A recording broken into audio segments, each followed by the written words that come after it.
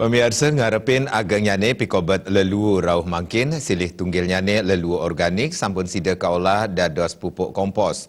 Sekadi sane kelaksanayang ring TPST Desa Jagaraga Buleleng.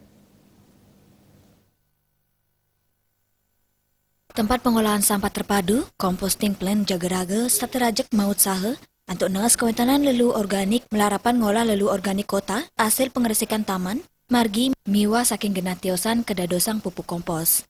Kadis Lingkungan Hidup Kabupaten Buleleng, Putu Aryadi Pribadin Latarang, gena composting Jagaraga puniki, kawangun ring gena jemaripun dasa are sani kaanggen antuk gena ngolah lelu organik kedadosang pupuk kompos. Sistem sani kawigunayang inggih punika windrow. Kewentanan material sani lantang untuk ventilasi udara. Nyabran raina, composting Jagaraga sideng silang ngantos dasa ton pupuk organik. Hasil composting kaicen untuk sukarela majeng kramo yadin lembaga sanidat muatang. Kebijakan puniki memargi sangkaning composting kewangun untuk dana sani masumur saking APBD Buleleng. Oleh petugas LH dibawa ke composting plant Jagaraga, di sana diolah menjadi pupuk kompos dengan sistem windrow. Itu setiap bulan kita target kurang lebih hampir 10 ton lah rata-rata per bulannya untuk menghasilkan kompos.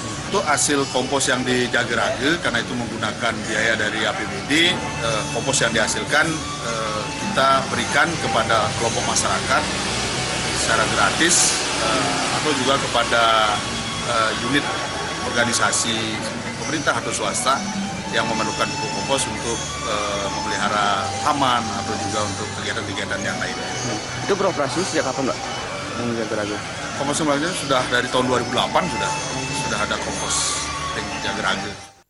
Sejeroning ring pemargin pengomposan, kamargiang sawilang lelu organik kekirim ring TPST nyabran raina. Ring pemargin nyani kelaksanayang oleh makata kali dasa diri petugas. Komang Yuda Bali TV.